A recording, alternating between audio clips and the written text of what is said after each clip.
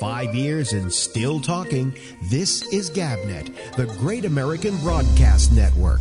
Talk like you've never heard it before.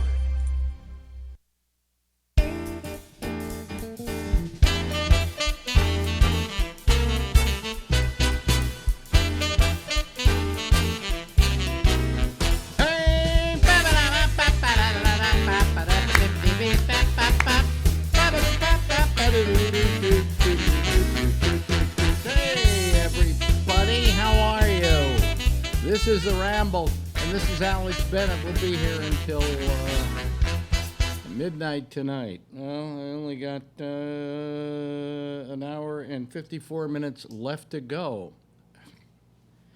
All right, okay, what are we going to do? Once again, girlfriend is not here this week. She is ill, and she just doesn't, this is the 8th week she hasn't been on. And I get a lot of messages and so on from people saying, where is she? We want her, Where's Marjorie? And I go, there's part of her that just doesn't want to come on, and the excuse is usually sickness. And many times she is ill, but it seems it's something she especially gets on Friday nights. But let's not blame her for not being here, because then I will have hell to pay. There, let me turn up my mic. There we go. Anyway, so I sit here for the first half hour of the program with nothing much to do. Let me see here. Where is it? Is this thing working here? Is it? Oh, there we go. Okay. See, I mean, I have to look over here to make sure that everything's up and working and so on. So I have to figure out something to talk about for a half hour, although, as I always say, chances are good that I might go to the Skype lines early so as to avail myself of not having to talk as much. I'm having a slight breathing problem today. I don't know what it is. I don't know what this thing is I've had, but 2 doctors have not seemed to figure out what the hell is wrong with me.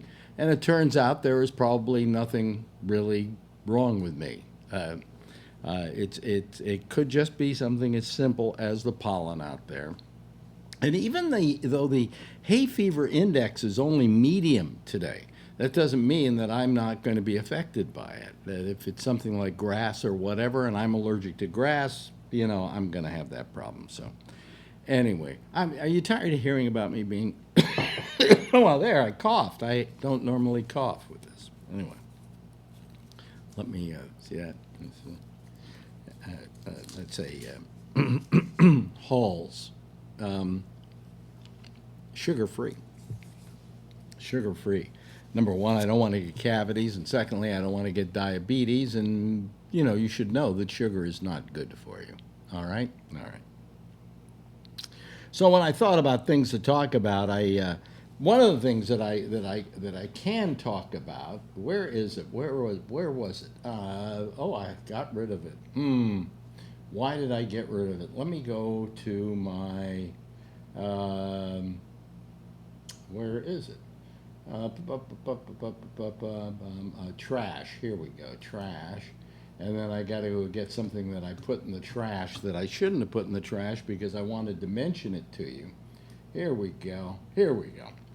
This is something that was written. There's a thing called All Access, which is a newsletter on the internet, and it's all things doing with radio. There are ratings there, and there are news items, and even once they interviewed me a long time ago.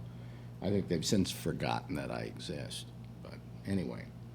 And they just wrote something today, and I thought I would mention it because it has to do with my business, which, as you know, up until a few years ago was radio, and now it is whatever this is, okay? And it says, at the risk of sounding like a broken record, the pace of change in radio has been pretty noticeable lately.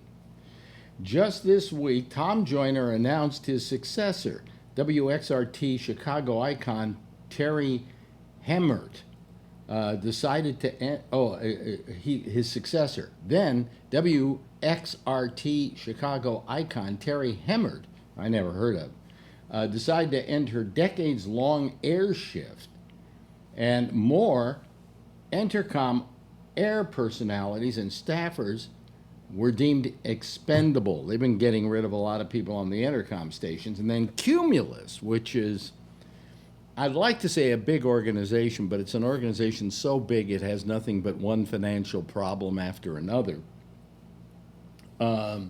Cumulus sold another of its big sticks, which is WABC here in New York, which was, it's a big station. It really is. It has 50,000 watts of power on AM. I mean, it was a powerhouse.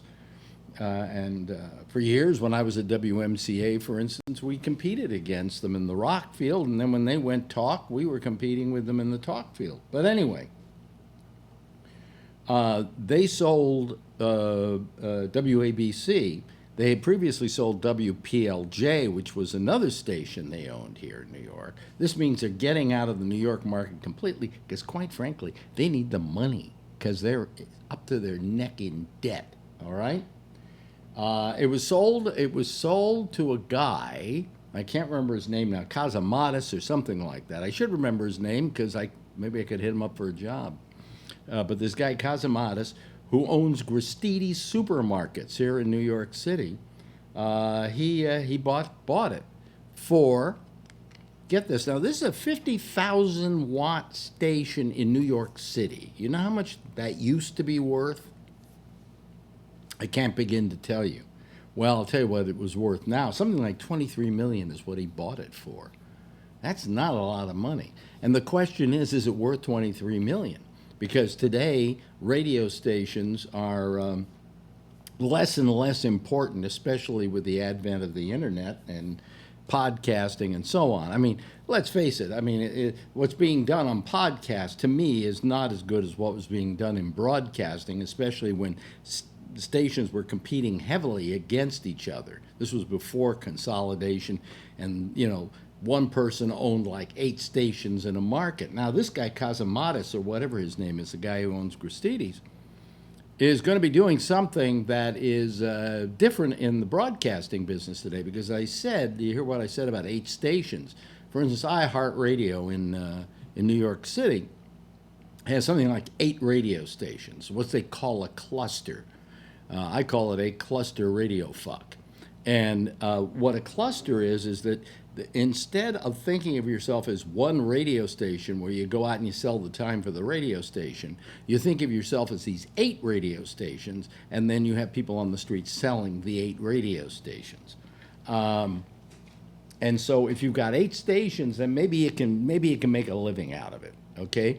Cumulus only owned 2 stations in this market. They owned, they owned one other too, and I can't remember what it is. But they owned WPLJ, which was one of the big rock stations, and they owned WABC, which had at one time been one of the huge talk stations. All right? So what's happened is this guy is buying a radio station, but he's kind of like the Lone Ranger. Rather than owning 8 other radio stations to go out and sell time on and to sell a cluster, he owns 1 radio station. God, I hope he doesn't have to sell the supermarkets. I hope he can make it go. I hope he can bring radio back. I hope he can do the miracle job. I don't know that I would take on that task. I don't know if that's possible anymore. What we've got now is radio stations are, God, I don't know, do people listen to radio? Do any of you listen to a radio station? And if you do, why? Where I bet you listen to radio stations is in the car. I don't think you ever listen to radio stations sitting at home. Very few of you. But in the car, there you got a place where, you got all these radio stations, so I may as well listen to them. However, now cars are coming with internet built in. So now you can go and get GabNet in your car if you want to. Or you can take you certainly can take your iPhone, have TuneIn, play it through the radio, and you can listen to Gabnet's 24/7 feed. I mean, that's an example. Nobody listens to our 24/7 feed. Nobody listens to Gabnet, okay? I just do this because it's something to do till the grave captures me, all right? So anyway, the radio is really not a factor any longer. And so someone who even buys a station with 50,000 watts for $23 million is really, I think, buying something that's going to be interesting to see if he can make a living out of it, okay, or if he can make a profit out of it. What you might want to try and do is just simply break even, but I don't know if you can break even with some. It's really difficult today, is what I'm saying, because you're also competing against the internet, where there is this plethora of podcasts. Now, no matter what anybody sells, there are only a few people in the whole wide world who make any money off podcasting. I certainly don't, and I don't expect to. That's why I don't have any commercials, and I don't sell time. This is kind of almost a hobby with me at this point, okay? But it allows me to keep doing something. And I don't know why I do it. I mean, I really don't. But podcasting is really, there are some good podcasts out there. I'm not going to say there aren't. There's a lot of them being done by professionals who are figuring out a thing to do for the internet that people will want to listen to. But by and large, there are so many podcasts out there. How many are there? I think, what did I hear at last count? A couple of million, maybe, podcasts out there. And something like Spotify, there are 20,000 podcasts, and I don't know how many podcasts are on iHeartRadio. We're on iHeartRadio. We're on Spotify. We're on TuneIn. Where else are we? We're on one other too. I got them all listed at the top of my Gabnet page. I've got so many of them I've forgotten them. Let's see. We're on YouTube, of course. TuneIn, iHeartRadio, Vimeo, Spotify. We have our Roku channels. We have the Gabnet Roku channel and Gabnet TV channel. Okay, so anyway, what I'm saying is that there's so much out there that there is no broadcasting business any longer. To begin with, broadcasting means broadcasting. The internet and podcasting is really considered what we used to call narrowcasting, okay? And there's nothing wrong with it. I do my little show, and for the maybe 1,000 people who frequent our podcast and our videos, it becomes something that they enjoy, all right? And if you enjoy it, fine. And if you're enjoying it, I'm happy that I'm doing it. But all I'm saying is this guy's buying a radio station in a day when they probably had a hard time selling it to begin with. They finally found somebody who was willing to buy it. And I take my hat off to this guy. Oh, wait a minute, the glare, we'll get to him. You notice when I take my hat off, the light changes in here? Look, can you see that? Oh, anyway, I wish him the best of luck. But I'm not holding out great hope for him or for his thing. So anyway, that's the state of the broadcasting business. And, am I old-fashioned by saying podcasting on the whole sucks? I mean, let's face it, anybody can do a podcast. When anybody can do a podcast, then you're going to get people doing podcasts who don't know nothing about entertaining and know nothing about doing a program. And you know what my problem is? I'm a radio guy. So what I'm doing is I'm not even doing a podcast here. I'm doing a radio show on the internet because I don't know any other way to do a show. How to get an audience doing a podcast has completely eluded me. I have no idea. Let me turn my air conditioner up a little, down a little bit here. Let me see here. There we go. I want to get a little cooler in here. Yeah, this new air conditioner is working great, by the way. It's doing the job. Well, let me turn it off and then turn it back on because there we go. Okay, are you going? There we go. Okay, it's going. And let me turn up the, let me give it a little more fan. Anyway, that has changed everything in here though, because I'm not sitting in here baking and sweating and so on, but I'm starting to feel a little toasty. Because when I start doing the show, I start feeling toasty. All right? Here, let me turn the fan on all the way. There we go. You can hear it kind of in the background. Anyway, so that, I just, I have no idea how you get an audience on the internet. I have no idea at all. All I know is I've been doing this since 1989, maybe? No, 1998. I've been doing podcasts. I should know how you get an audience doing a podcast, but I don't have any idea. And I was the first guy ever to do what is technically called a podcast. But I'm not going to get into that because people are going to go, oh, well, no, wasn't so-and-so first? Didn't he do it? No, he didn't. I did. 1998, and I did it every day. It was called Alex Bennett in Exile is what it was called because I just lost my job, and I decided that I would just, on the internet, do a little 15-minute show every day and people could just tune it in. And then some guy I knew who was a techie said, look, I just built a program called Auto Alex, and all these people have to do is install this on their machine, and then every day it will go to your site and download the program, and then they can come home and listen to it. What does that sound like to you? There was nobody else doing that, by the way. Nobody. Absolutely zero. Zilch. But do you think anybody says, hey, we're having a big internet podcast blowout. Alex, please, we'd like to give you an award for having invented this whole thing. But no. Nobody even knows I fucking exist. All right? Please don't feel sorry for me. Anyway, I'll tell you should feel sorry for. Well, I don't know. If you have to feel sorry for him, I feel sorry for Joe Biden. Man, he got his hat handed to him by Kamala Harris last night. I mean, she made him look so fucking bad. Oh, the lights dim when the fan goes on. All right.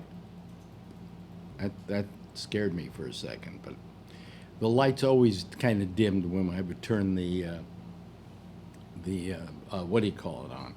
Anyway, where are we? Let me see here. Let me also turn off the energy saver. Let me see here. How do I turn that off? Oh, I go to cool. There we go. That'll just keep it working. Okay? All right? All right. All right. That scared me when the lights kind of dimmed, but they always dimmed when I turned on the air conditioner, and it was just this one hasn't done that. So the fact that it did it in cycling through or whatever to do the energy saving thing and turn on the fans kind of was weird. Let's see if I turn it off. Let's see what happens here.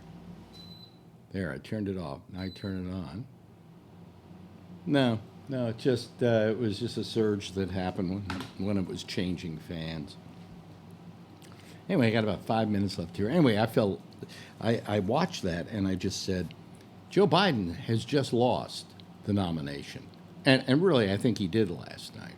I think the minute she did what she was doing and what she said and how she approached him and his lack of ability to respond, I think was pretty amazing. Pretty amazing. Anyway, I'm going to go to the phones early. What the hell? Let me see here. I hope I don't lose my electricity at all. Hold on a second. I just want to see if this air conditioner is putting stuff out here.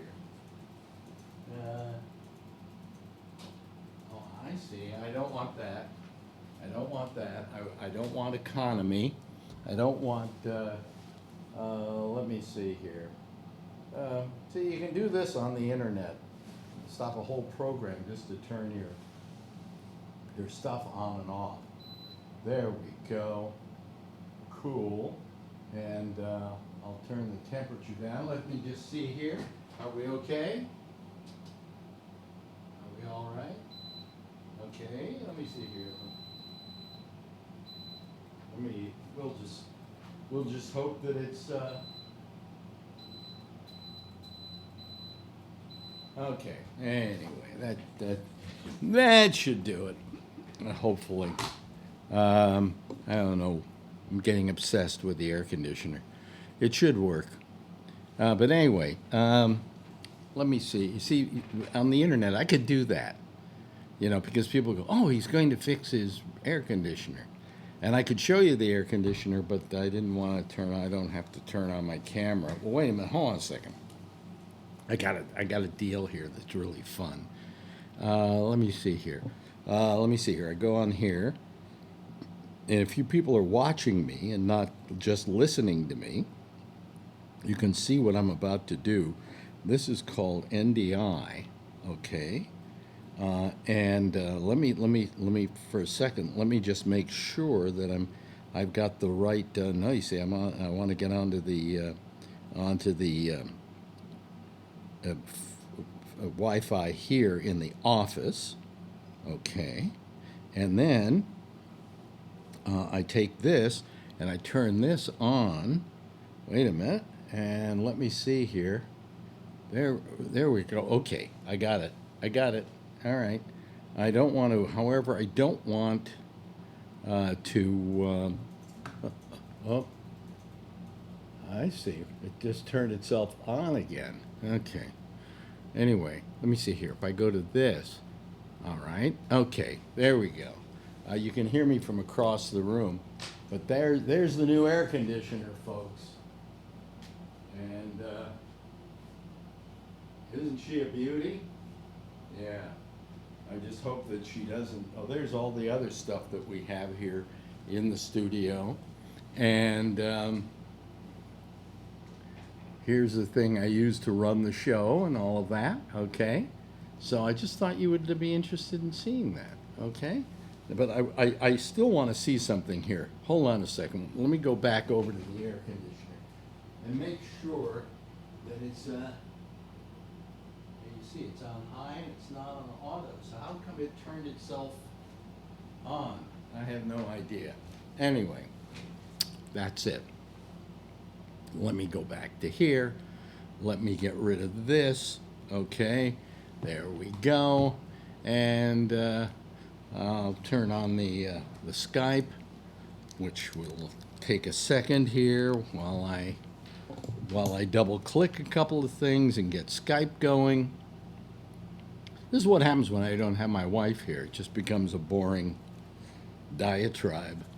Anyway, there we go. Okay, I think we're fine. Skype green light is not on. Of course it's not on yet. I know that because I haven't turned it on yet. Now, there we go. You happy now? Okay, I don't know who sent me that note. The Skype light is not on now. Okay, here comes Phil. And let's see here. Who else? Somebody else tried to call. And, how you doing? Yeah, I know. There you are. Okay, yeah. There you go. And am I hearing Charlie somewhere? No, I had the feed on the other computer. Here comes Rob Alfano, and I will have to get him into the number one spot here. Hold on a second, Rob.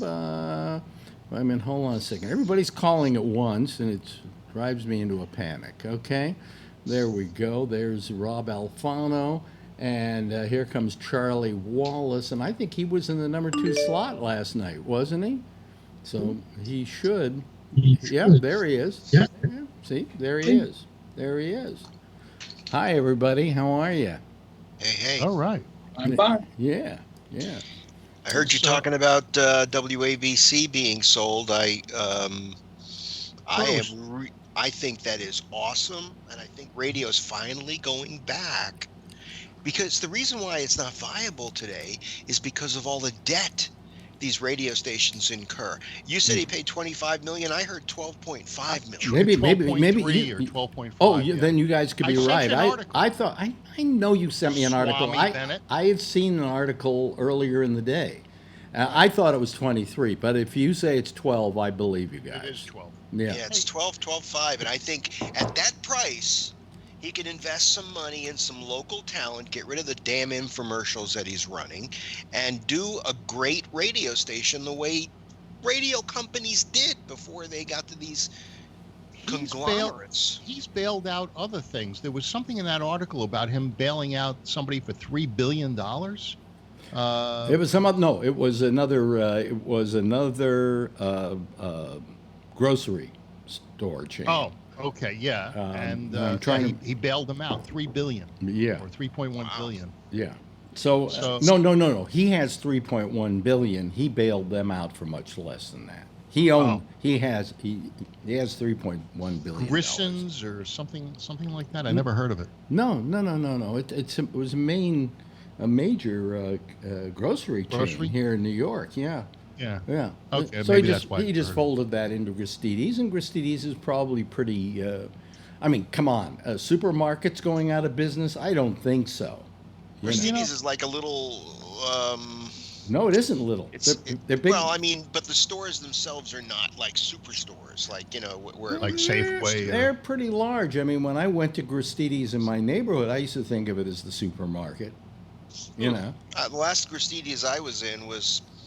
It wasn't like your old-fashioned Pathmark or Wallbaum's or one of the big ones, from that area, it's still a decent store, but it was more of a specialty kind. I thought they had like nicer, more expensive. They were in nicer, more expensive neighborhoods. Well, what he's going to have to do with this chain, I mean, with buying this station, is he's going to have to find some way to make money out of it. Because if you're a single owner of a single station in a market, that's very difficult these days. Well, is it or is it not? Well, he's given them something that nobody else is giving them now, which is iconic retro radio. No, that's not it. You don't know what he's going to give him until he does it. That's what he said he was going to do. Well, no, he didn't. Go back to the roots. He didn't say that.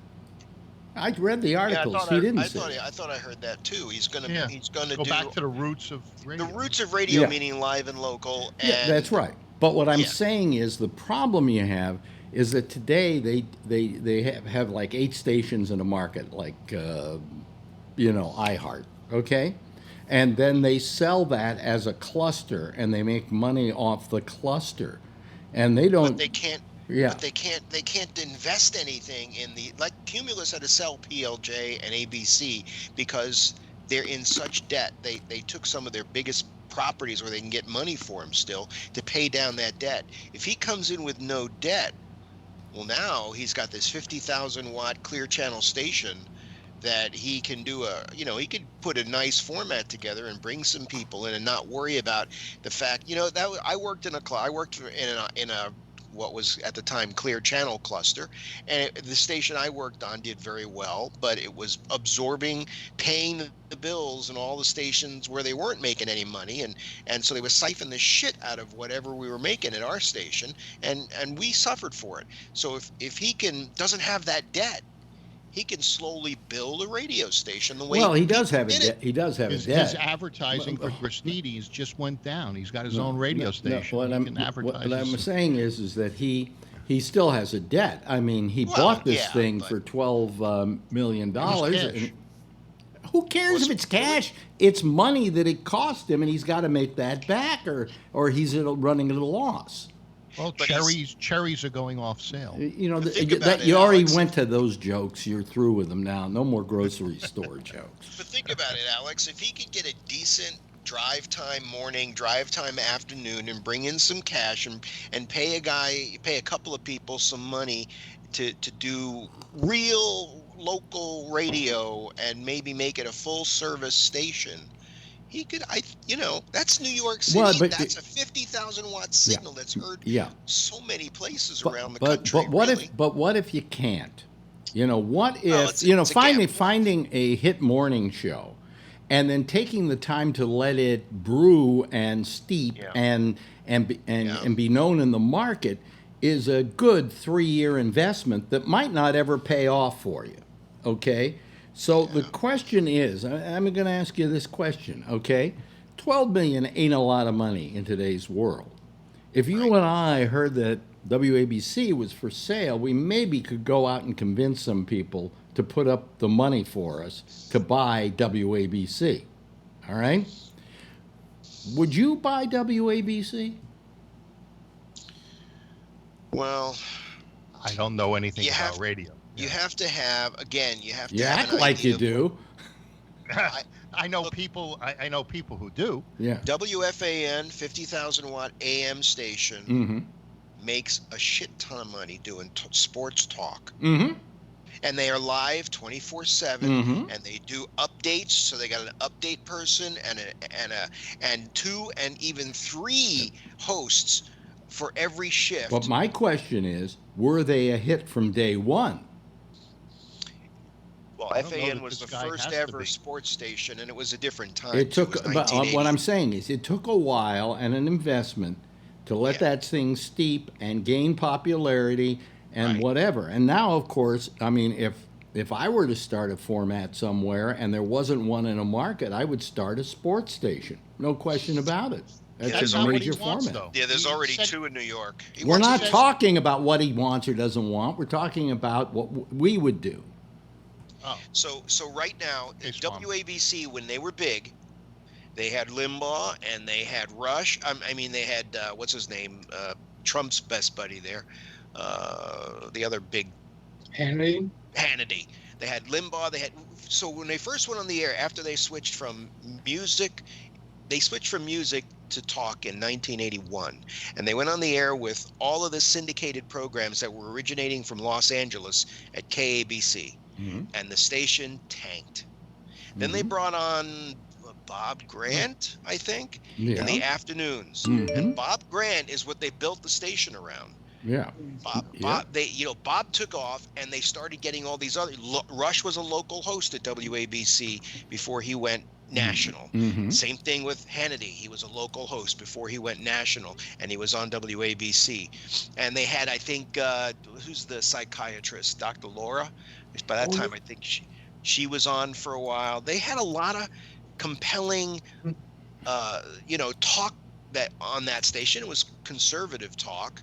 But I don't know, with really, I mean, all right, he's got debt, but he doesn't have the kind of press. If you said, like you said before, Alex, if you said, if we can convince some companies to go out there and buy the station, now you got a company that's going to want return on their investment quick, and that's where you run into trouble. Okay, but, if you run it yourself, and you've got money behind you, which this guy obviously does. Yeah, it's his own. You could take the time. Here's the problem. Here's the problem. He has not only bought a radio station, which is not the world's greatest investment today. I think you'll agree with me on that one.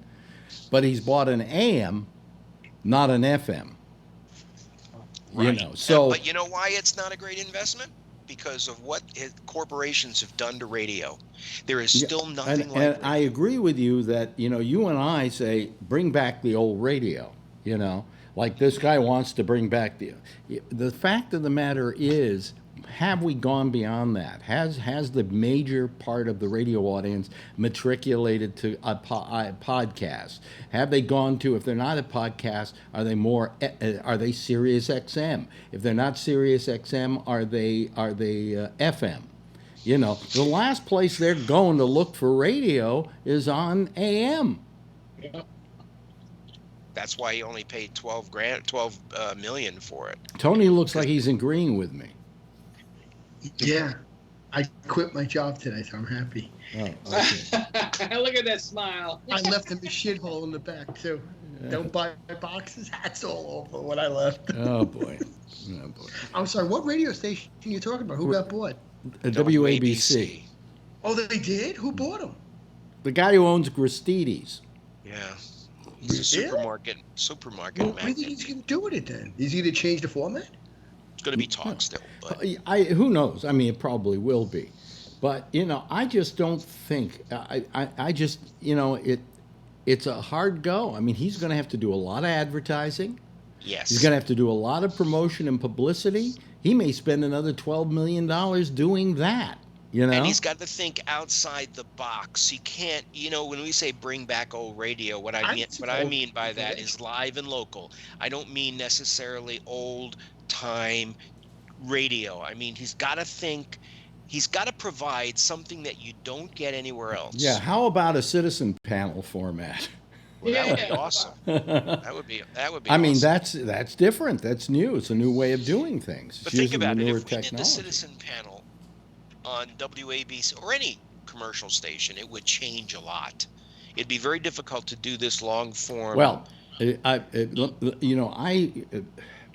for a while I was thinking about trying to pitch this idea to radio stations, even offering it up for free. But here are the problems that happen. First of all, I went over to WOR to do New Year's over there. I think I also did one other. No, I just did that one. Okay, I just did New Year's, and I'm doing the show, and all of a sudden, Albert, who's my producer on that show, it was the last time I was ever on radio anywhere, except for when I've done, substituting for Walter Sabo. He said, we've got to go to a commercial break. So we went to a commercial break. A 7-minute commercial break. Yeah. And how many of those were there in the hour? Yeah. 4. Oh, shit. Okay? 4 7-minute commercial breaks. And so when I thought about taking this format and doing it there, or doing it on any station, how do you do that when they're running 7 minutes worth of commercials? Do I then say to you guys, well, go to the bathroom or do whatever you're going to do? Or do we continue the discussion and just say, welcome back, while you've been gone, we've been talking about such and such. That was my plan. But still, it makes it impossible to do this kind of format or to do something unusual and different. And well, let me ask you this. Do you think that you could really do... You think that if you went on a 50,000-watt radio station that's now being governed by the FCC and not, a podcast that goes over the internet, you'd have to figure out a way to do a citizen panel with topics that are a little bit. It would change the tone of the citizen panel, don't you think? I don't know that I would structure it any differently. I think that I would do it the way we do it. Okay, but here's the thing. Let's take it a step at a time. You've got this radio station. You bought it for $12 million. First of all, you got to figure out what are you going to put on it, and what talent are you going to hire to do it, because they don't have the talent there really. There are some people doing programs there, but a lot of the stuff is syndicated and brought in from out of town.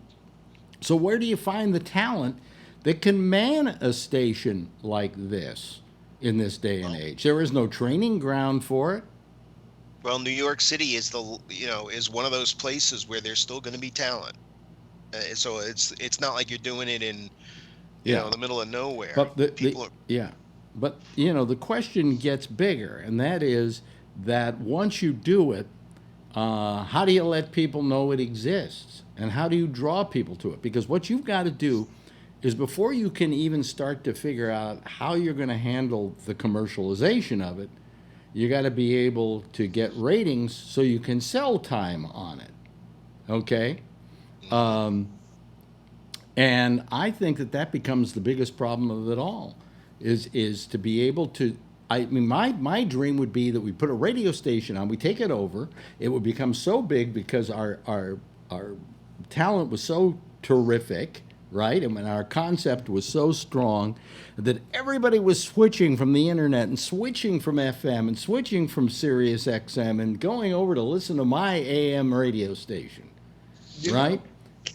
But wait a minute, let me finish. Let me finish, Tony. Oh, sorry. Let me finish. And that I'm going to do that, and then because I've got such huge numbers for this little station of mine, I can then not have to sell 7 minutes worth of breaks, but I could charge more for all the ads and say run 2-minute breaks, but charge a fortune for them. But I have to get to that point, and the fact that I would get to that point may be a pipe dream.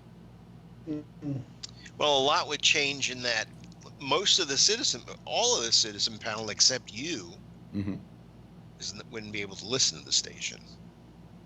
Well, we'd probably simulcast it on the internet as well. I mean, any radio station that isn't simulcasting itself on the internet is nuts.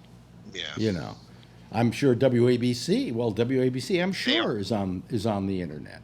Yeah. They are. So, you know, there are other places people can listen. But that doesn't. Well, it does. I know that the former CBS stations, that's WFAN and all that, they separate their internet and their when they do the ratings are separated. Yeah, that's a whole thing between. I'll tell you though, we could use a model that somebody else used once. There was a guy you may have heard of him. His name was Ted Turner, and he bought a cheap, low-powered UHF station in Atlanta. And what he did was he knew about this thing called the satellite. And he decided to take his TV station, put it up on the satellite, then sell it to cable systems, and you may remember it was called the Superstation. Yep. And he changed the whole way business was being done. In other words, it got to a point where I think he didn't even have this UHF station on the air anymore. It was just going all over the country via the satellite.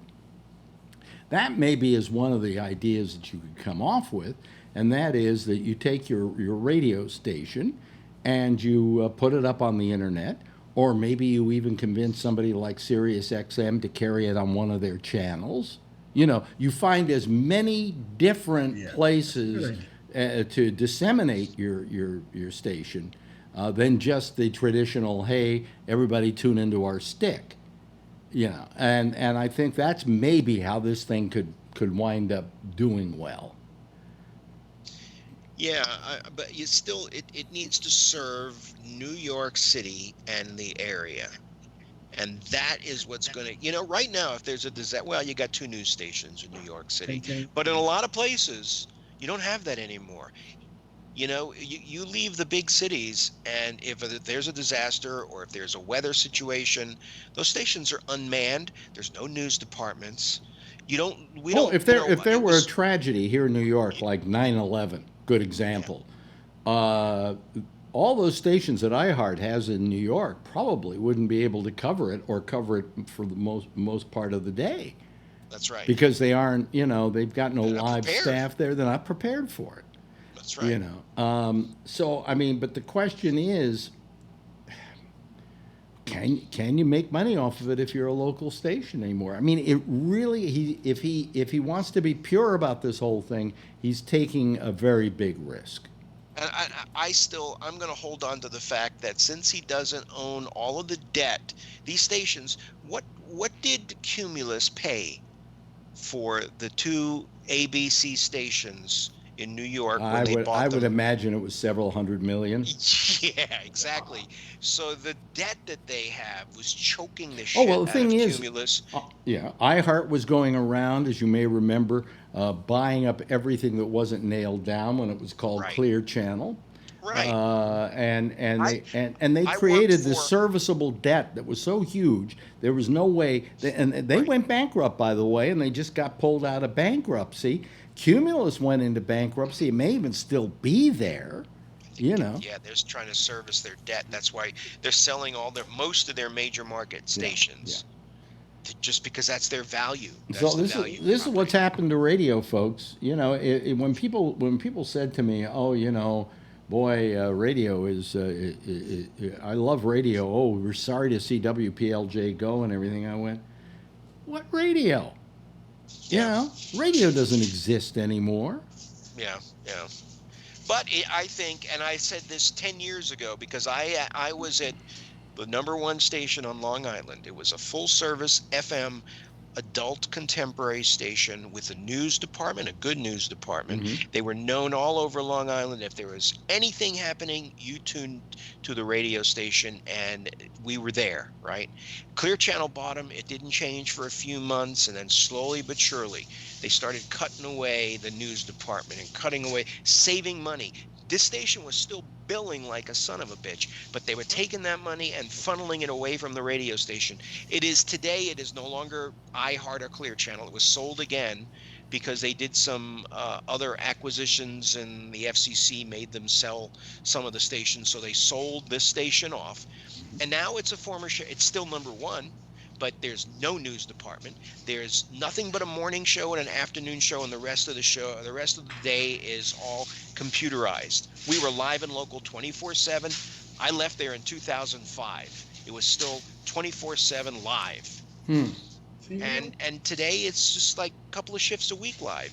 If you own the station yourself and you can afford it, I think you can put people back on the air and communicate with people like only radio can. The question, maybe have to locally. No, the question is, Rob, in this day and age, people have gone other places now. Okay. Right. You would have to compel them to come back to radio. Now, of course, I make a big sales pitch for radio when I say that when you listen to this internet program of ours, yes, you're lucky because we don't have enough listeners that we're putting that big a strain on YouTube or on the internet. But the fact of the matter is that bandwidth is not cheap.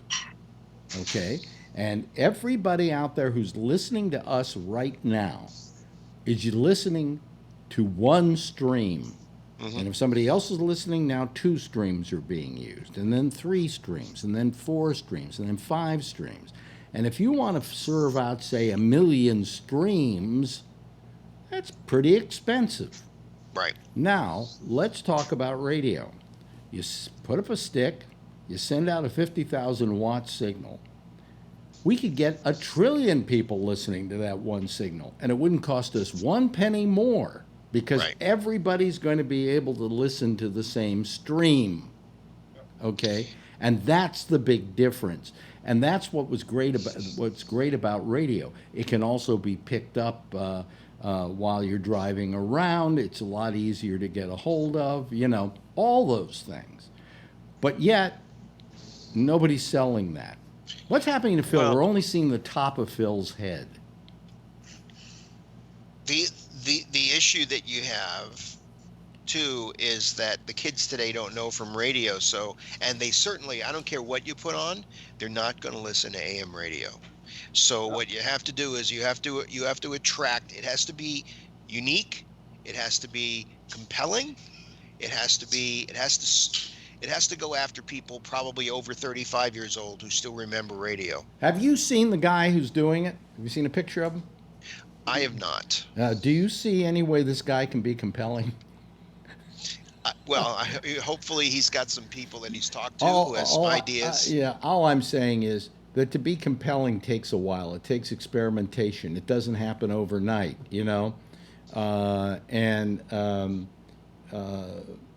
I don't know what the answer is here, but I wish him all the success in the world because I would like to see him have it. That's the part of me that wants to get even with radio, that wants to see him be successful, But I have my doubts that he can be in this marketplace. And there's his picture.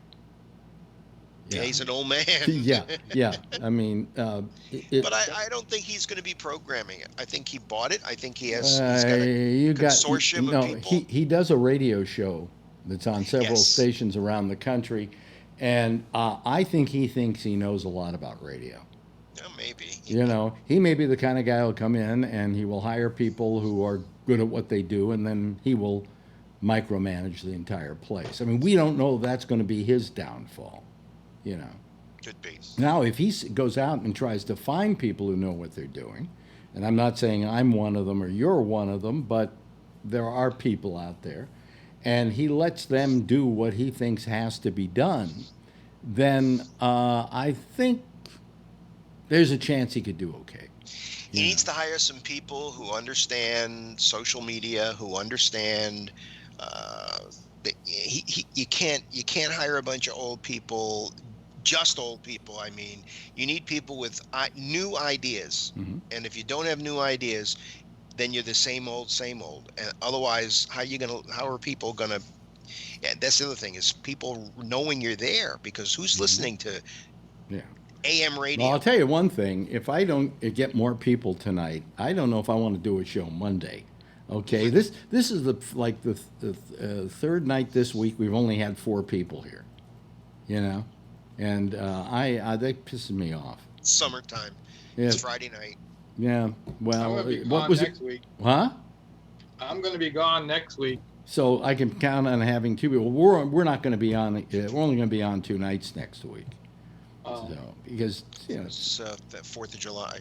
Yeah, 4th of July weekend. Shit. So more people better start calling right now. Okay. Otherwise, I won't even do a show Monday and Tuesday.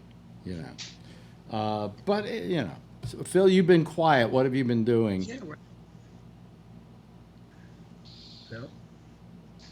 It looked like you've been pissy about something. No, he's designing or something. Your mic's not on, Phil. Can't hear you. Yeah, I've just been doing work stuff. Well, then don't call the show. Okay. You know, you didn't want me in on the conversation. No, I so- didn't say I didn't want you in on the conversation. You know, you get pissy like that, and you're like a little child. Hey, I said something. Tony said You're something. like a fucking You didn't child. want me on a conversation. What- Here, what do you I mean? won't call the show. What? Oh, Jesus. Oh, Lord. He's like a diva. He's a diva. Yeah. He's like my mother. I'm going to set them up. Hmm? I can call Phil Dad soon. Can I have a loan? I'm so pissed at him right now that I could just say, "Don't ever call me back again." You know? That won't hurt him. He's still mad you never went to his wedding. Huh? I can't get over that. We didn't go to his wedding. You had a reason. You were on TV. Yeah. You know, if you don't include him in the conversation you're having, he gets all pissy. Yeah, I didn't think he gets a little moody sometimes. No, not a little moody. That was wrong. You know, and I wasn't saying don't talk about this. No. But you know, he was just Complete your talk. What? Your point. Maybe we hurt his feelings. Huh? What did we hurt his feelings for? Because we wouldn't take his expertise on broadcasting? I heard him say something about the fruit joke. He says no more fruit jokes. I was in. Yeah, I said, well, I had it with the fruit jokes because it was enough with the Gristides jokes. Well, this is all we've got here, folks. Anyway, you know, I'm getting to the point where I just, you know, I don't know why we don't have more people. You know, Well, it's a Friday night. Maybe they're tired from work. Huh? It's right before holiday weekend or holiday week. You know, everybody. My work today was like so quiet. There were no emails going around. People are not focused on anything. But you know what? It's break time. Yeah. Well, It really was quiet today. You know, I was thinking about what you were saying with the radio. It's like, I love the radio, listen to the radio, the sports talk and stuff like that, and music. I wonder, you know what it is too, I could be wrong, but maybe the younger generation, they're so used to getting everything instantaneous because of the internet and the phones and this. You're battling so many things now for an entertainment, or especially media. That's right. And It's you're like- battling for the advertising dollar too. Yeah, it's like, I mean, come on, years ago in the 80s, we always used to listen to the radio. Now, it's like with the phone, the iPhone changed everything. It's just, you're getting everything immediate. Or if you don't get it, you got to have then their podcasting or downloading it later. I mean, even the talk shows like Stephen A. Smith and them, if you don't catch the show in the afternoon, you can download it to your phone. And they have bits of interviews. There's so much out there. I think it actually would be a good idea. Like, say your Citizens Panel, Alex. I think a good idea would be maybe to sell it to like a cable station that's not doing like with a transponder. Maybe you got to do like Rob said, locally, instead of thinking outside the box. New York is so big. there's money there if you find the right market for it. Yeah. Well, you know.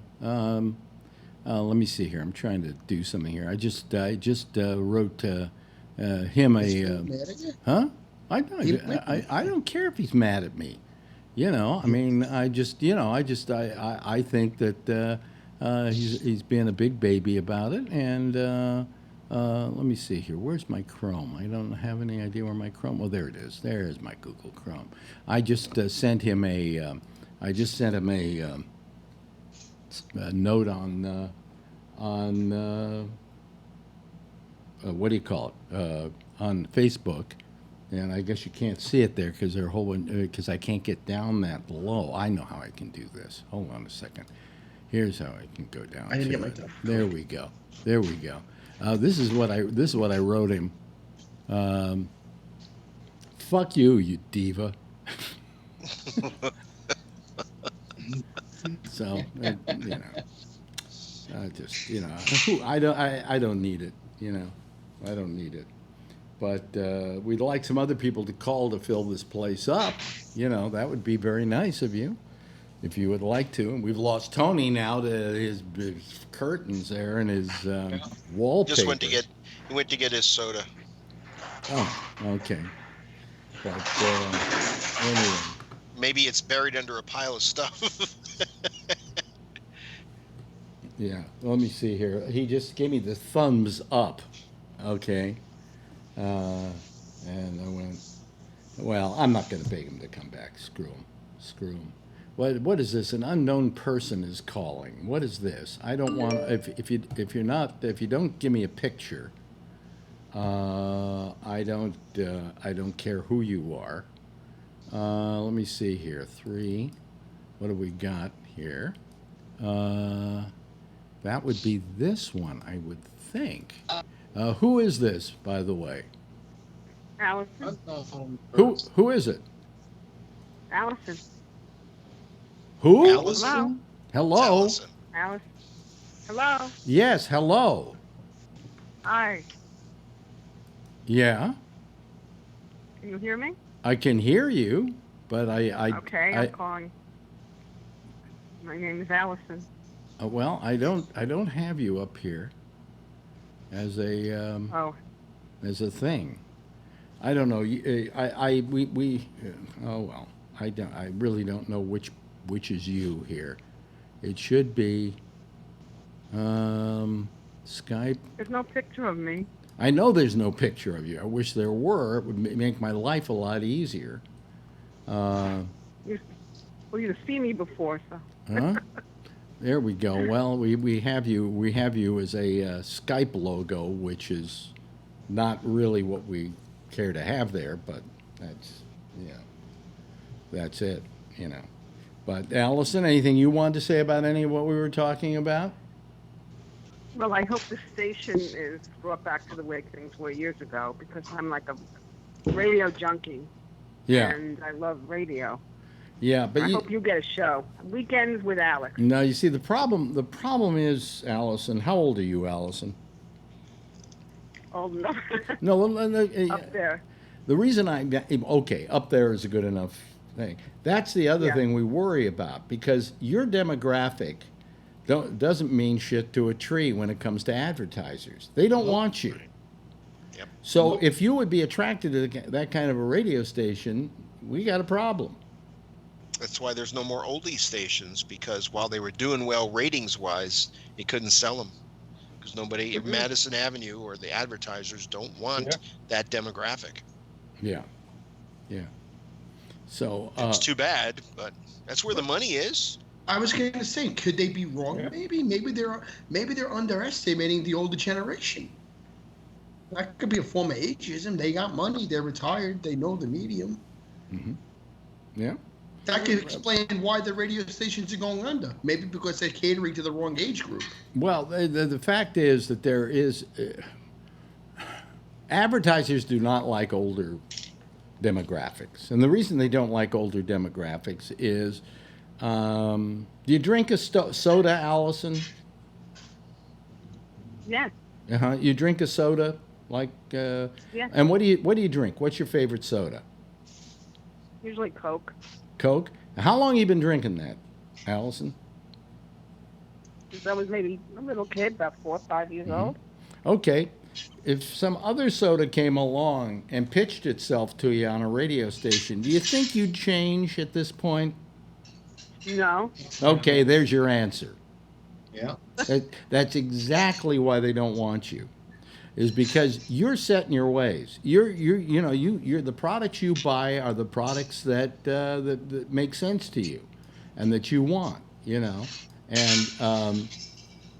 that's why a older demographic is not liked by the advertisers, because they're not going to convert you.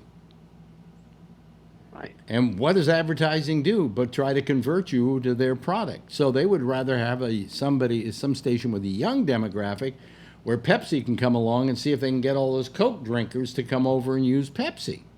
And because they're young, they might be willing to try it, especially if it's like, Pepsi with cocaine or something. I don't know.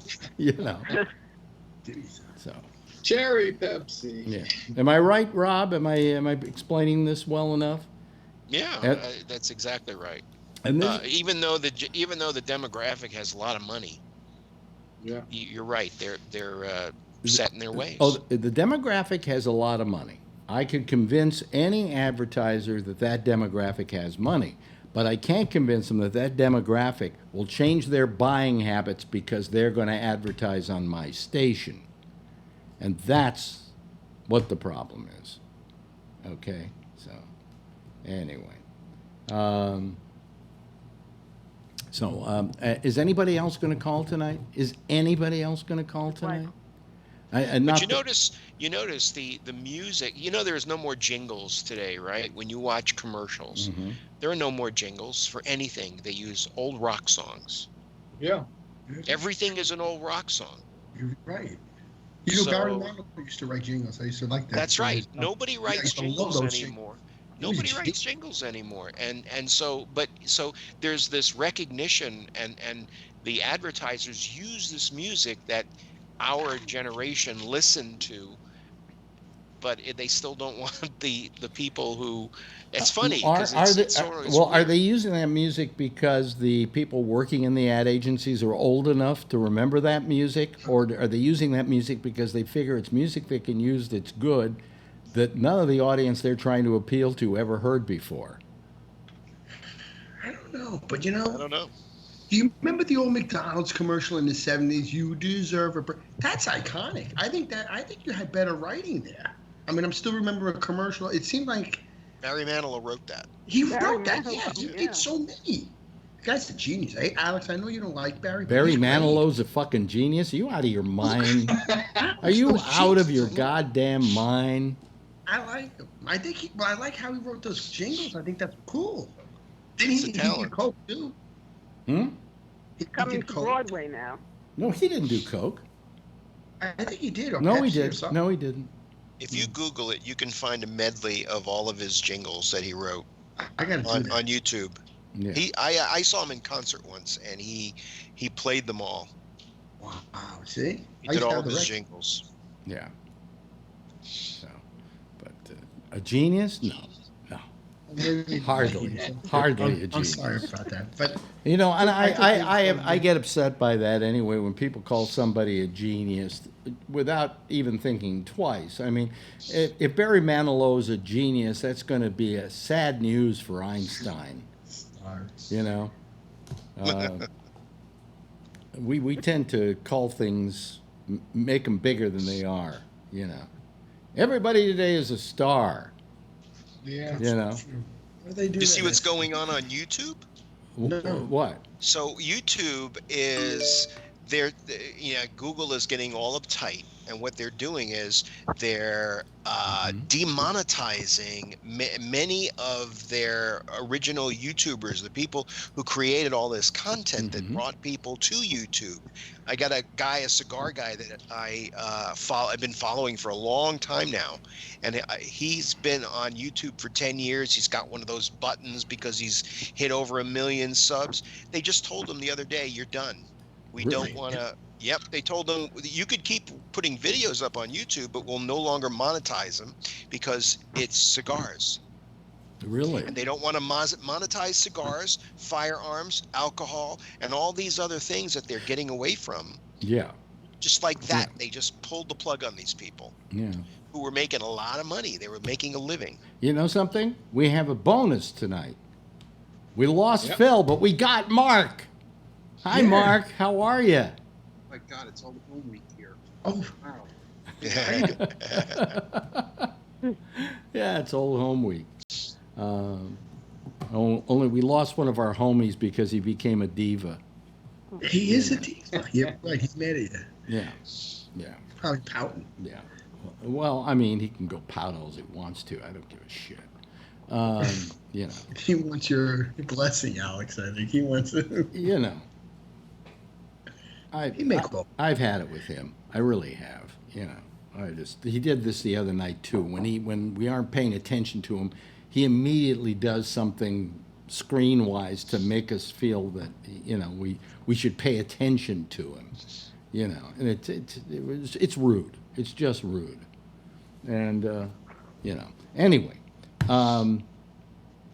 what else is there to talk about? Well, you know, I was talking about the debate last night. And we don't really have to, it's not a matter of getting into politics, but it is getting into what I think we saw last night. I think we saw the destruction of Joe Biden. Yeah.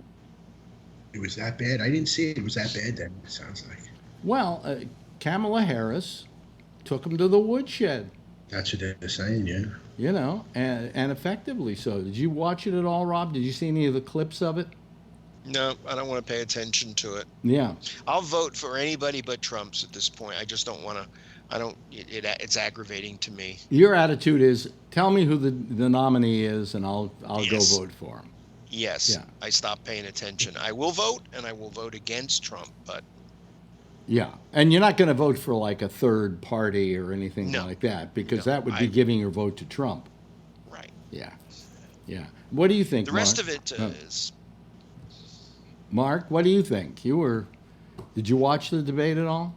No, I didn't. They have everything to gain and everything to lose. Turn up your mic. Can you turn up your mic at all? Yeah? Huh? They got everything to gain, everything to lose. Yeah. So whoever the best person is at this point, and it's going to be an interesting process of elimination. Well, at this point, it's like a reality show. Yeah. You know, which kind of ruins our democracy, doesn't it? By turning it into a reality show. Although, has it always been a reality show? The minute exploding Cheeto, as a friend of mine calls him, got into the White House, it became a reality. You know, it became a very bad Mark Burnett show. Yeah. But that's what we're stuck with now, unfortunately, Alex. Any good journalism out the window. But look at the form it takes. Okay, let's take these debates as an example. Don't they look a lot like American Idol? Aren't they structured like that? You got a panel with 3 people, and you've got these people who are up there doing their act, so to speak. You know, I mean, isn't it didn't it come off like a reality show, like a competition show? Well, for some reason, I know that maybe. Okay, I think Tony. I don't know if you would get this. Mm-hmm. Ted Mack must be spinning in his grave right now. Yeah, Ted Mack. Yeah. You know. I mean, I'm surprised they didn't have people like, you know, do a dog act or something in order to get the most votes. I mean, it's just that our television has completely taken over our national discussion. And it's taken it over in a way that it imitates itself. In other words, we do a debate, it looks like a competition show. Okay? And then before it happens, it's like the lead up to a football game, and after it's over, it's like the Monday morning quarterbacking of the game. You know, and none of it has taken on the form of just being part of democracy and what we do and how we elect people. And it has no dignity left. So, I mean, like Biden was like a deer in the headlights with Kamala Harris last night. It seemed like, did it seem to you, Charlie, like he didn't know what he was doing? What I saw today, yeah. I mean, he just completely, I guess the word is, lost it. He didn't know how to come back from something like that. And I think the other person who got him, there was this guy, I can't remember who he was, because there's so many of those guys. He's one of the guys we're not going to see after a couple of weeks, okay? And he said to him, when I was growing up, and we were talking about taking care of the environment and everything that goes with that, there was a politician who said, well, you need to give the baton to a new generation. Yeah. And he said, you know who that man was? Joe Biden. Joe, what do you think about passing it to a new generation? And of course he's going, well, I still got it, And I got to tell you, I'm sorry. That man looks, he's younger than I am. And I know I'm not looking terrific, but I don't think I look as doddering as he does right now. I mean, and the guy standing next to him, Bernie Sanders, is almost his age, is an old guy, and has a lot of what can we call it? A lot of spirit. He's not falling apart. So wait a minute, let me get Patrick in here. Okay, all right, we're getting the people now. They're coming to the rescue. They notice that Phil is gone, and they can come on and talk. Hello, Patrick. How are you this evening? I am splendid. Thank you for asking. Yeah. Did you watch any of the clips today on the news of Kamala Harris with Joe Biden? Yeah, I did. But I wanted to say,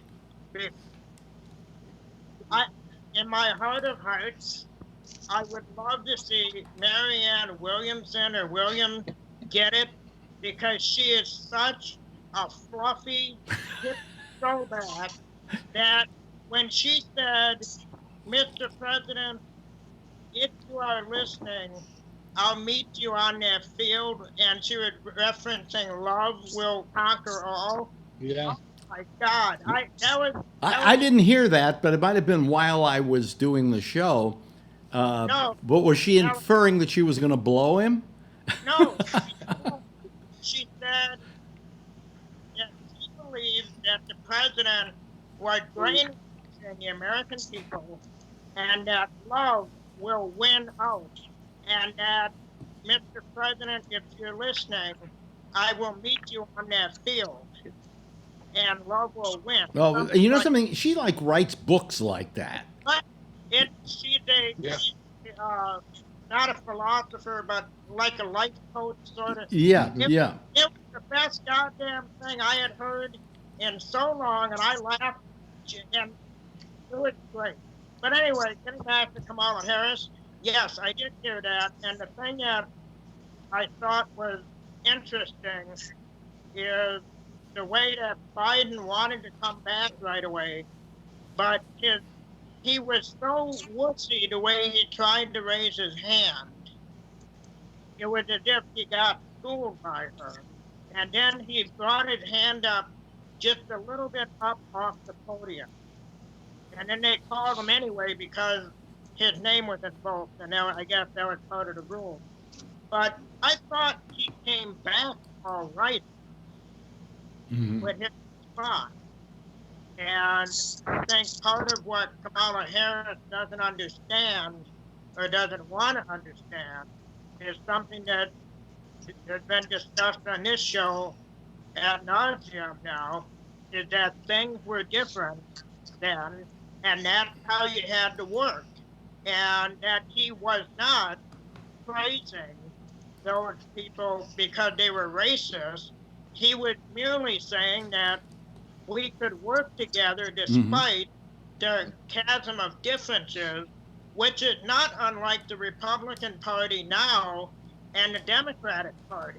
I do think, Patrick, that I said this also at the time, but I think the thing that has to be taken into consideration is that last night he didn't turn around and explain that efficiently.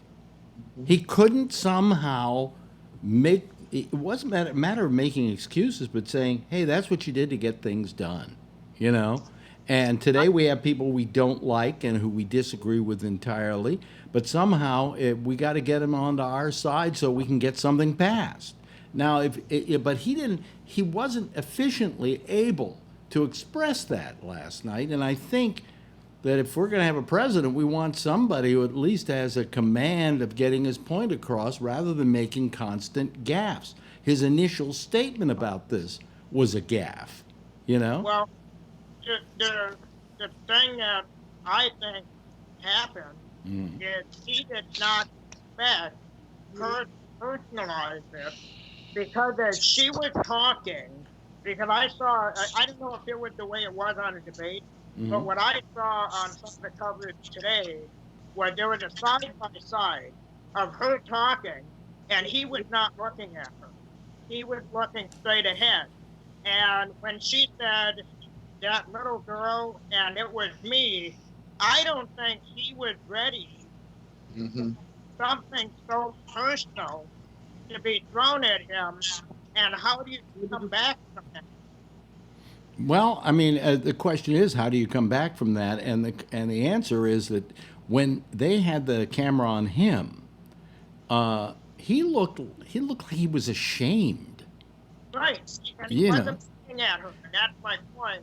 Yeah, it looked like a kid that was getting schooled by their mother, and I think Kamala whooped his ass without having to do a whole lot. Well, I think she did it perfectly. First, starting off by saying, I don't think you're a racist.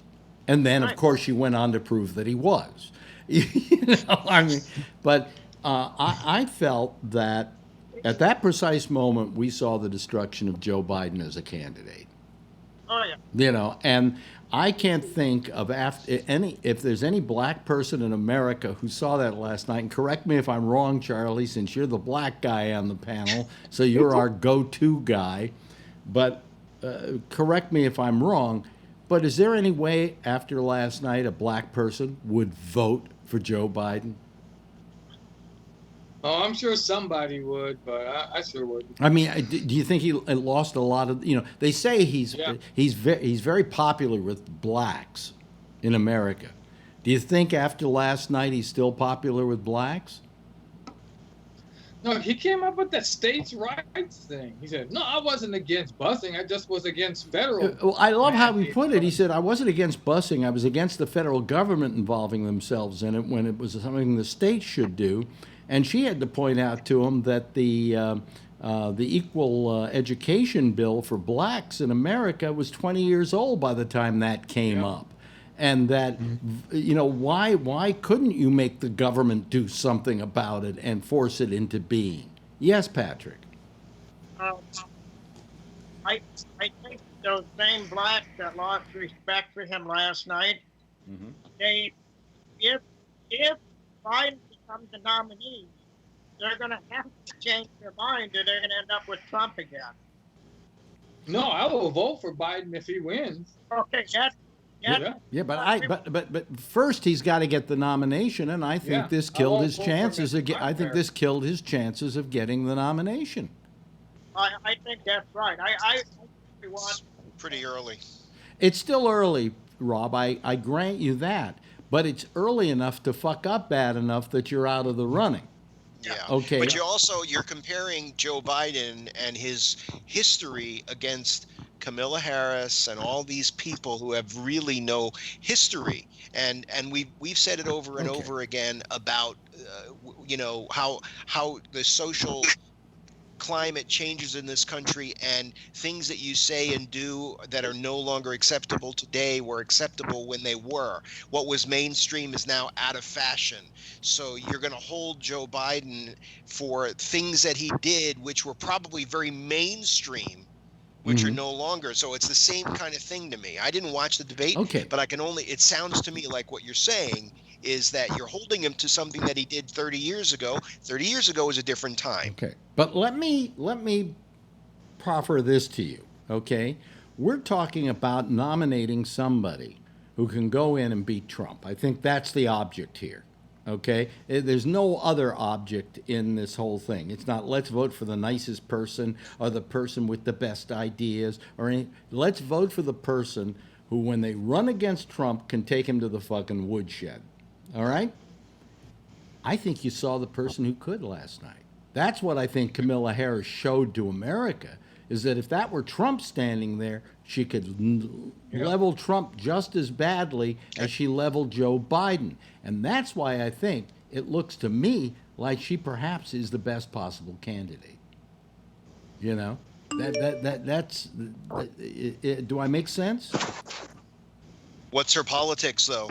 How radical is she? Will she be able to pull people who are, you know, are her politics way to the left, that she's going to turn a lot of people off who are afraid of that socialism thing?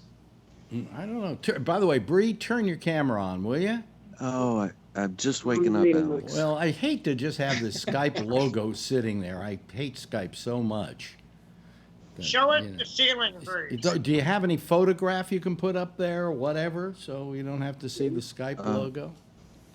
How do I do that? I don't know. Point it at the ceiling, right? Yeah, just point it at the ceiling. Yeah, it's point it at your black. We look at funny fucking wallpaper, so we can look at It's bad. Put a picture fill up. You can make it. Well, there we go. Okay, well, we're getting, now we're getting his, there we go. There we go. Okay. We just get black, but that's okay. That's better than the Skype logo. Okay. Yeah. We already have the Skype logo once with Allison. We don't want it twice with you, Bree. But you get what I'm saying, Rob? Is that? Oh yeah, I do. Think of this as an audition of how are these people? If she was that way with Biden, how would she be with Trump? And my answer is she would take him to the woodshed. She wouldn't let him. She would be the kind that if he were hovering in behind her like he did with Hillary, she'd turn around and get back, go get in your fucking seat and don't, you know, follow him. Is that just going to put him in his place, or is that going to get her elected? I think she has the goods to be able to say the stuff that's going to get her elected by pointing out his problems, you know, because he could be easily played by the right person, you know. Well, yes, Bree. I felt that I don't know if this is possible, but she was a little bit too passionate about everything, you know. Well, I don't know that if she were a guy. Are you saying Americans don't respond to passionate people? I definitely think that, you know, having some emotional element is good, but I just felt like she was loading everything into that. She needed to do it. She needed to have a moment where she was able to raise her hand and say, "I'm here too." But I don't like people who, in order to get ahead, they have to take down other people. Well, no, but you know, no, Bernie. But you had to take down Biden because he was asking for it. Number one, because he's leading the pack just on the basis of being Joe Biden. And he had said things in the last week which was a gaffe. And she wanted to call him on it. And I think he deserved to be called on it. Yeah, but next debate, he's going to have some zingers to go back at her. I don't think he's got it. The whole thing is going to depress the vote. I don't think he's got it in him to do that, to be honest with you. I don't think he's that. Then he will lose. You're I right. don't think he's that good at it. I think last night he showed that he was very weak. You know. Now, you didn't see it, right, Mark? No. And you saw it, Charlie. Did he look weak last night? I mean, just overall, forget Kamala Harris. But before she even went after him, he looked weak. Looked worn out. You know. Bernie didn't look worn out. Bernie looked like he was full of vim and vigor. You know, I mean, if Biden doesn't get the nomination, I think what is will he have a will to live? You know, it's kind of like well, that's not our response. That's not our responsibility, Bree. You know, yeah. I think that Joe Biden has been around, been a liberal for all these years. I think he's done some bad stuff. I think the whole thing with what's her name, Anita Hill. Anita Hill, terrible, just terrible. The busing thing, terrible. There've been a few other things he's voted where he was terrible. He's always been a political hack, is what he's been. And because he then associated himself with Obama, we've given him a better place in history, which, of course, he deserves, but he gets it as a result of being Obama's vice president, nothing more. Don't you think this is all going to serve to depress the vote, Alex? And, unless it's Andrew Yang, they're going to have an insider. Everybody there is sort of a government person. Well, we're not going to give we're not going to get Andrew Yang, although he is going to give me $1,000 a month, so I should like him. He's buying my vote, Yeah, I'm going for him. Wasn't it? I read one thing today that Bernie said was that middle class is going to pay more in taxes. Well, what he was saying was, here's what he said, that if we have a single-payer health care, it's going to cost more in taxes. But the amount of money it's going to cost you more in taxes is not going to be as much as you're paying now for health insurance. So really what you're doing is you're getting the better end of the bargain. You're actually saving money on your health insurance. And this way, everybody will be covered. So that's what he said. He said, yeah, of course you're going to pay more in taxes, but it's not going to be equivalent to the amount of money you're spending now for health care. For instance, Rob, at your job, you get health care, right? Mm-hmm. Yeah. Right. But you have to pay for part of it, right? Yes. Yes, because most companies say, it used to be companies would give it to you and that was it. Now you pay part of it. How much, can I ask you how much you pay for you and your wife? Me, I don't pay for my wife. She has her own. Yeah. My company charges a stipend if your significant other, wife, whatever, has a way to get medical insurance but chooses to be on your plan. So it costs you the double the amount for a couple plus an additional amount. And I think I want to say I pay it's like 100 and change a paycheck or something like that. Yeah. And what do you do? Get paid twice a month or? Yeah, twice a month. Okay. Twice a month. So so that's $2,400 a year. Well, let's say your taxes would go up by $1,000. You'd be making money. You'd be ahead of the game. Well, it would won't depend. Affect me. Well, So it won't it'll depend affect a little bit on what that coverage is, how good the coverage is. It won't affect you, Bree, because you're going to get nothing because you're not here. Well, actually, though, I think I could sign up for it. And when I come back, in the summer for a month, well, go get a health checkup if it's free. But Alex, wait a minute. Let me ask you, Bree, do you pay taxes to the United States at all? I file taxes, but I don't pay them because I don't make enough money. In other words, you don't make enough money in the United States. You make it in Dubai, for instance. No, even I make some in the U.S. because I do online work, and then I make most of it here. But the U.S. says you have to go above, I think it's $105,000 in order to be taxed, and I don't make above that because a lot of what I get. Wait a minute, but taxed for what? I mean, in other words, you'd have to make 105. If you're getting paid in Dubai, okay? Right. Is that money taxable? No. Oh, okay. All right. I mean, if I go. Do you have to pay taxes to Dubai? No. No way. No. What? There are no taxes in Dubai? Well, up until a year ago, there were absolutely no taxes at all whatsoever. Now there's 5% VAT, but personal income, no. Well, I'm going to go online right now and look at what the ticket costs to move to Dubai, because if I can get a job there and I don't have to pay taxes, So, Bree, You don't pay And into. by the way, medical coverage, it includes pre-existing conditions. So if you come here, Alex, you can get covered. Wow. So, Bree, do you pay into Social Security? No, I don't pay into Social Security. Do you have your 20 quarter or 40 quarters in order to collect Social Security when you retire, or would you just not be able? Okay, so you will collect. Right, yeah, and that's another question. I don't know. They keep saying, when do you collect? 62, 65? It depends on your age. Yeah, I've got I used to get these little newsletters that tell me how much I would get if I retired at those ages. And it's only like $1,000. That's about average. Well, wait a minute. What do I get? I get $2,100 a month, and then a couple hundred is taken out, I think, for various things. So I come out with about 19 and change, I think it is. So that's because you started collecting at 62. Yeah, right? but I kept earning money during that time. All right, I kept earning money during that time, and all that money went to my Social Security, so it kept going up anyway. But if you take early, you get less. So like I'm going to wait till I'm 66 and a half. You're right. And mine should be somewhere around 2,600 a month, I think, or 2,700. Well, I say to people. Wait, Alex. Yeah.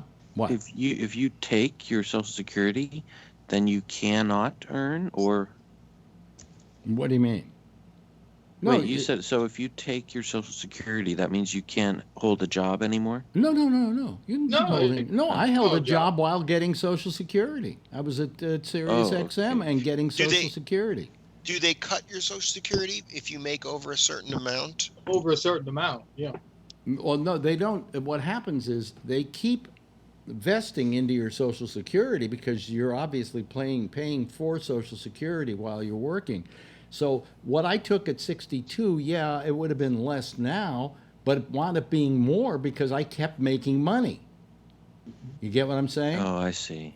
Okay. So I don't know. I say to some people, take it at 62 because you don't know that you're going to live to be 65, right? Yeah. Whatever you do, don't do the 72 year bit and get a whole bunch more because it's never going to come out right because you'll probably be dead before you've come out even. Right. So. Yeah, if I live to be 79, then I will say, well, I would have made more money if I had taken it at 66.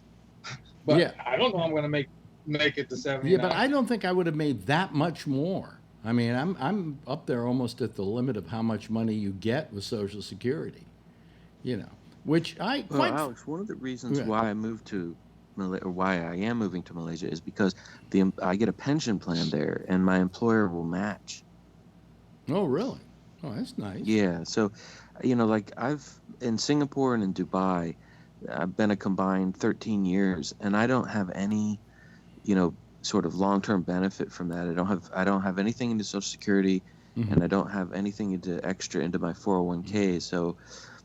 That's why I feel this is a big thing because it'll sort of force me to save. You have a pension plan. I have a pension plan, which allows me free board and room and board at a bread and breakfast place.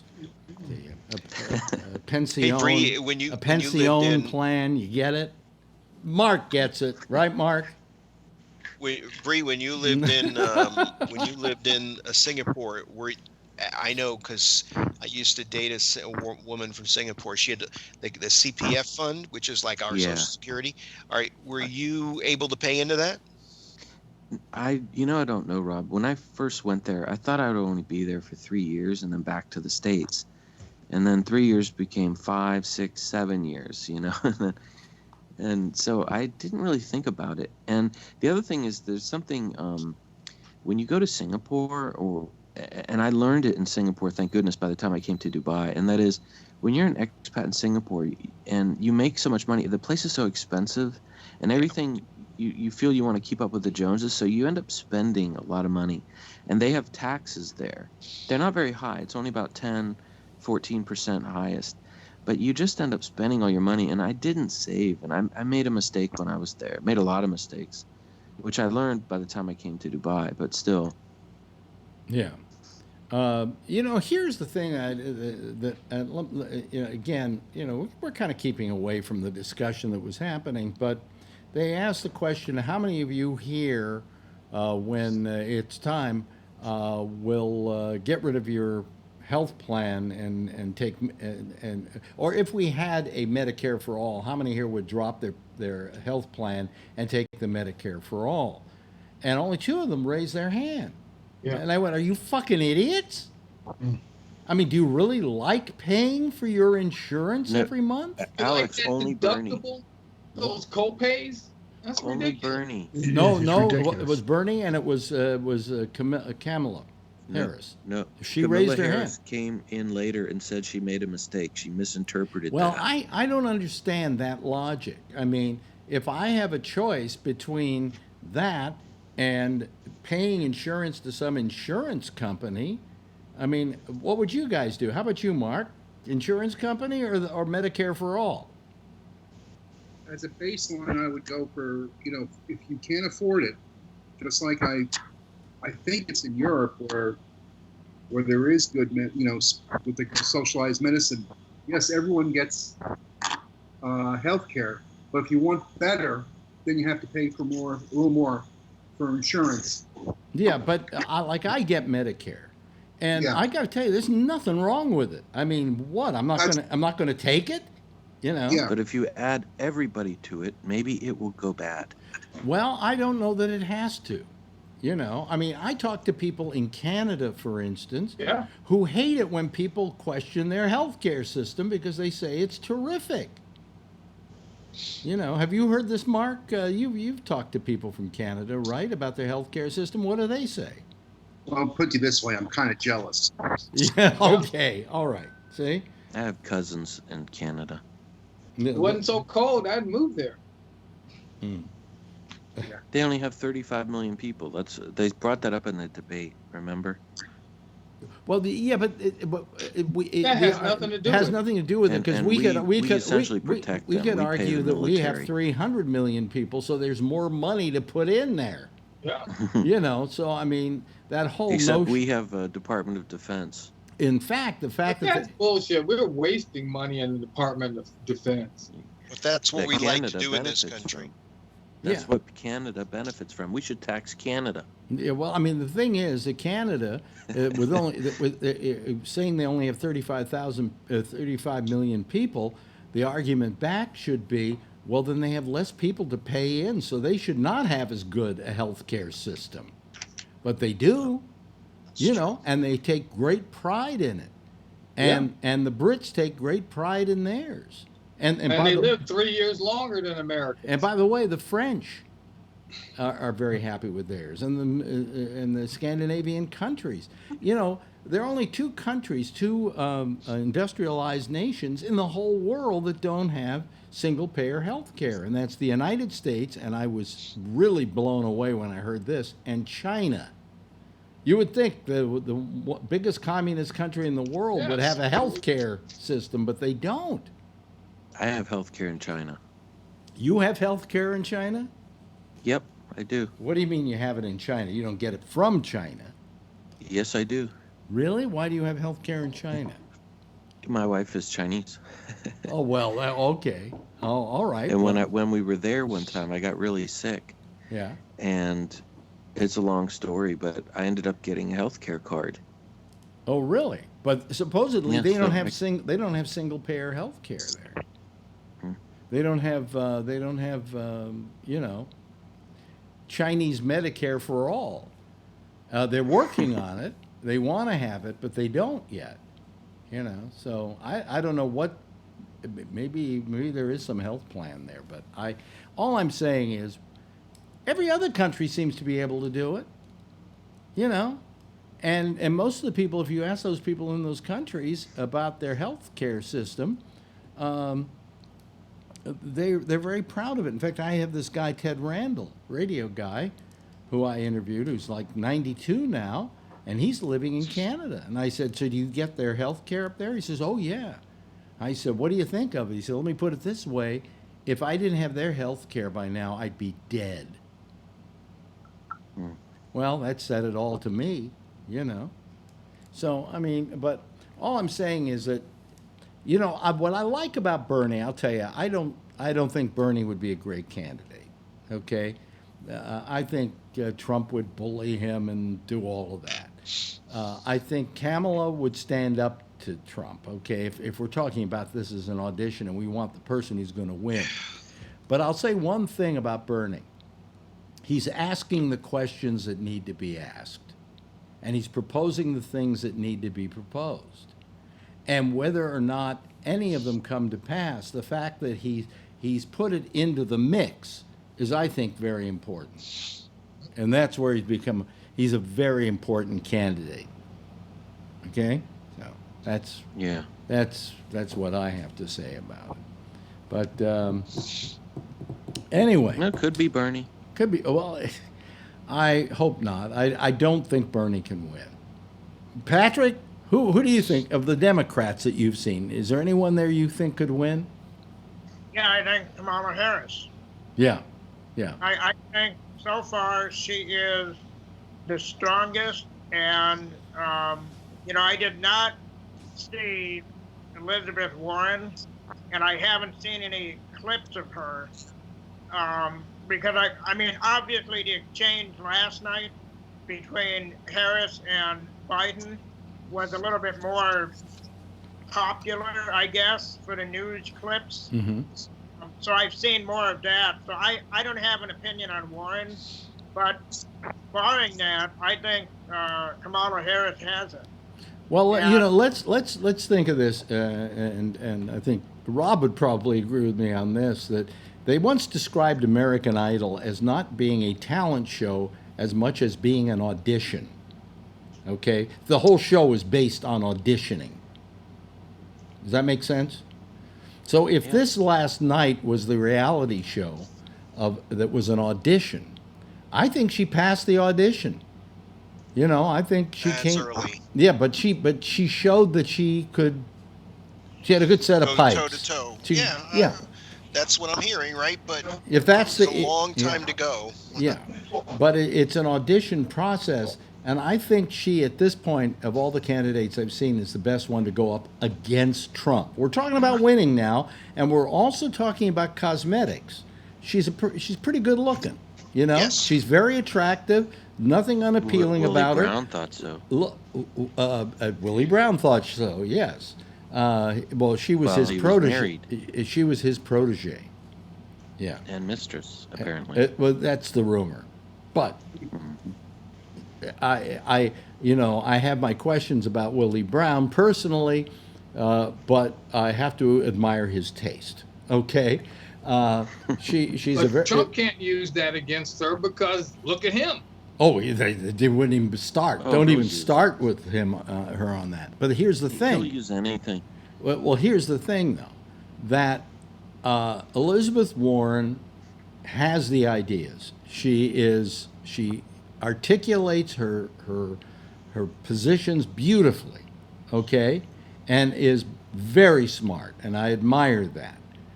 But cosmetically, she doesn't have a chance. And you got to add that into it. We're living, and the voice. We're living in a day and age of cosmetics. I mean, Patrick, you look like you're agreeing with me. What Rob said, the voice. That is the thing. Arguably, when I hear her, it's Hillary, and it's grating the voice. Yeah. And Elizabeth Warren, you have to admit, is a smart, very smart woman. I mean, there's no question about it, you know. But we got to talk about who can beat Trump, and that's the big question. Marianne Williamson. Marianne Williamson, you sent me something here, Patrick? I sent you the clip that I was talking about. Oh, okay. I'll watch it later. There was one other thing she said, is she said, we're not going to beat Trump with all of these plans that all of you guys have been talking about. Yeah. And that floored me, too. So, yeah, she's the one that I like. Just because she's goofy. Oh, yeah. She's I hope she's No in enough plan. to keep it interesting. Okay, all right. You know, we got to. Only one person is going to be the American Idol. Okay, and it's not always the most talented one. It's the good-looking one. Yeah. It's a soap opera, and it's a popularity contest. I don't care which one of these people gets nominated, as long as that one person can beat Trump. That's it. At this point, that's the only consideration. And I think you have to take cosmetics into it. I think you have to take in. She's very glib. She's smart. She's sharp. I think Kamala Harris is the best at this point, the best possible nominee. Now, here's the terrible part about.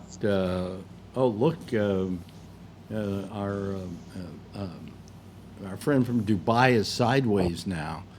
Put yourself in portrait mode, in landscape mode. Oh, good, thank you. Anyway, it's still well too early. I agree with you, Rob. In fact, it's a year and a half till there's an election, or maybe a little less than that. What are we doing even having debates now? That's what I wrote. You got to get rid of 25 people or whatever. Yeah. Well, that's what I wrote, that thing that I sent to NBC that was on my Facebook page, in which I said that this is, you're running this thing like a reality show. You're running this thing like a football game, and you're toying around with what is in fact a very sacred practice of trying to determine who's going to set the moral compass for this country. And at this time, it's more important than ever. And what they did is ridiculous. It's too early. We really shouldn't even start doing any of this until January at the earliest. And yet we're... Hey, Alec? Yeah. I think you have to think of all those Democrats, and you have to imagine them in your largest stadium in your city. Will they be able to pack that, and will they be able to stand up there and deliver a speech? Because that's what Trump does. He gets 50,000 people to come and see him, and that image. It's the Donald Trump show. Exactly. And I think Bernie Sanders can do that. I don't see any other candidate on the Democratic side that can do that. Well, we don't know, because they haven't been put in that position yet. We have seen Bernie in that position because that was the nature of being one of just two people running and getting people to turn out for you. I think if Kamala Harris were running, she would start filling up stadiums. I think that what they go to see is Trump's comedy act. It's almost like he's on tour with a comedy act, and that's it. Plain and simple. And I agree with you. That's why he gets people to fill those stadiums. But filling stadiums is much different than filling in a square on a ballot. Okay, and that's you got to be entertaining. What? She's not entertaining. I don't know that you've got to be entertaining. I think that what happened with Trump is he got a lot of free publicity because he was such a buffoon, and so everybody, the press elected him. As much as he hates the press, he got all the more free press than anybody ever got running for president.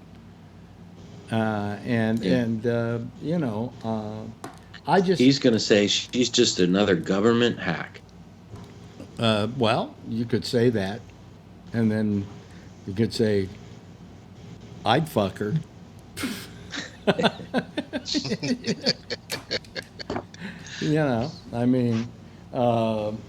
I think it'd be very interesting to have a debate between he and Kamala Harris and see if he can go through the whole 2 hours without trying to grab her pussy.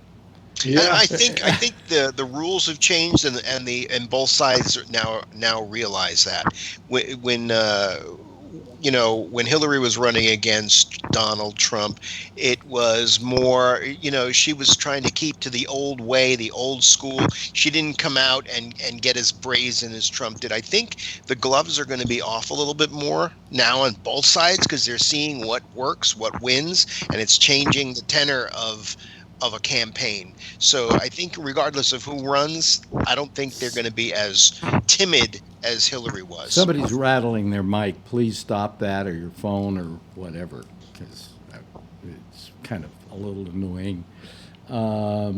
Yeah, I mean, it's far too early, and I just think that it's. But I'm happy to see that Kamala Harris at least made it a fighting match here. That it isn't just let's give it to Joe, okay? That it's not going to be that easy for him. And I think this may have actually sealed his fate because he showed himself early on to be very vulnerable. Yes, Patrick. Well, now you're going to have the issue of Kamala versus Elizabeth. Because I think Elizabeth Warren is the female version of Biden. So, if you... she's the female version of Bernie. Yeah. We're keeping Bernie out of it because I don't think he's going to make it. I think it's going to be the women that come out, and it's going to be an interesting fight between Warren and Kamala Harris. And that's going to be interesting when that happens, because how do two women fight each other? And I'll pay for that. Well, no, yeah. What if Bernie were to make a deal with Warren, where they go together? Or what if they start tag teaming? Yeah, but what I'm saying is, if the two women are go up against each other, what is going to be the result of that? Will it be civil? Well, are they going to be overly civil because it's another woman? We've never seen that before. We didn't see it with Hillary. We didn't see another woman going up and arguing with Hillary. So it'd be interesting to see how they treat that kind of situation. Well, and if Cory Booker had been on her night, Kamala Harris would not have been able to play her race card because she wouldn't have been the only one. Yeah. Oh, yeah. No, she definitely had an advantage that way, but, Whoa. And thank God last night I think there was only one person that spoke Spanish. So, I mean, it was, anyway. Oh, hey, listen, it's time to play the old theme song here. Hey, listen, thanks to all of you for joining us tonight because it was getting a little slow there, but we managed to pull it out. And I want to thank Rob, as always. Rob, you're wonderful. And, of course, Charlie, thank you. Allison, thank you. I know it's the first time for you, and you maybe didn't know how to jump in, but we were glad to have you here. Tony, thank you. Thanks also to the lovely and attractive Mark Thorner, who call more often, Mark. Jesus Christ, once a year? Come on. Yeah, you call next week, Mark. Yeah. Anyway, and Patrick, thank you, and thanks to Bree as well in Dubai. Everybody give a big wave goodbye, and I'll wave goodbye back. Okay, there they go.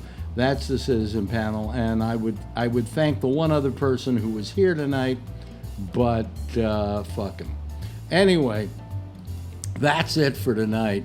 We'll be back again tomorrow night, or not tomorrow night, Tuesday night, right after the exchange with Damian Chaplin. We'll be back. We'll be here at 10 o'clock Eastern Daylight Time. Same time, same station in life. And in the meantime, as always, if you see her, tell her, why wasn't she here? It's Friday night. And also tell her I love her, okay? Bye-bye, everybody. Have a nice weekend.